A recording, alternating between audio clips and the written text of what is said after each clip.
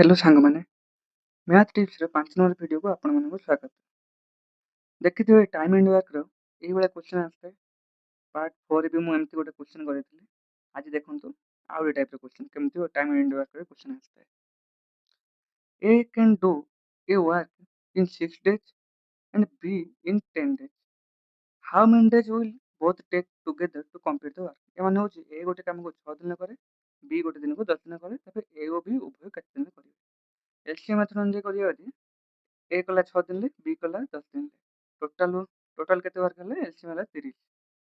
ତାହେଲେ A କେତେ କଲେ ଦିନକୁ 5 ୟୁନିଟ୍ କାମ କରୁଛି, B କେତେ କରୁଛି ନା 3 ୟୁନିଟ୍ କାମ କରୁଛି। ତାହେଲେ in one day A does 5 units of total work and B does 3 units of total work. So A and B together in one day କେତେ କାମ କରିବେ ନା 5 + 3 = 8 unit of total work. Time କେତେ ଯିବ? ତାହେଲେ ଆମ ଟୋଟାଲ କାମ ହେଉଛି 30 ପାର୍ଟ, ଆଉ ଇଏ 8 ପାର୍ଟ କରୁଛନ୍ତି A ଓ B ମିଶିକି ଗୋଟେ ଦିନର। ତାହେଲେ କେତେ ହେଉଛି ନା 30/8, ତାହେଲେ 15/4, 3 ପୂର୍ଣ୍ଣାଙ୍କ 3/4 ଦିନରେ କାମଟା ସରୁଛି।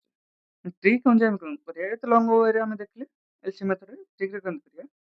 ସପୋଜ୍ A କେତେ କଲା? A 6 ଡେ ଗୋଟେ ସେ କାମଟା ସାରୁଛି, ତାକୁ X ଧରିବା। B 10 ଦିନ ସାରୁଛି, ତାକୁ Y ଧରିବା। A ଓ B ଏକା ସାଙ୍ଗରେ କେତେ ଦିନ କରିବେ? ତା ହେଉଛି X ଗୁଣନ Y Bai X + Y।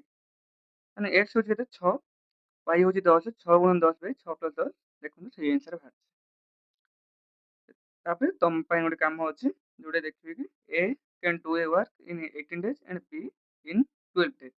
ହେଲେ କେତେ ଦିନରେ A ଓ B କରିବେ? ଏହା ଟ୍ରିକ୍ ପକେଇ ଆପଣ କରିବେ। ସାଙ୍ଗମାନେ ଯଦି ଭିଡ଼ିଓଟି ଆପଣଙ୍କୁ ଭଲ ଲାଗିଥାଏ ତାହେଲେ ଲାଇକ୍ କରିବେ, ସବସ୍କ୍ରାଇବ୍ କରିବେ ଓ ସାଙ୍ଗମାନଙ୍କ ସହିତ ସେୟାର କରିବେ। ରହିଲି, ଜୟ ଜଗନ୍ନାଥ।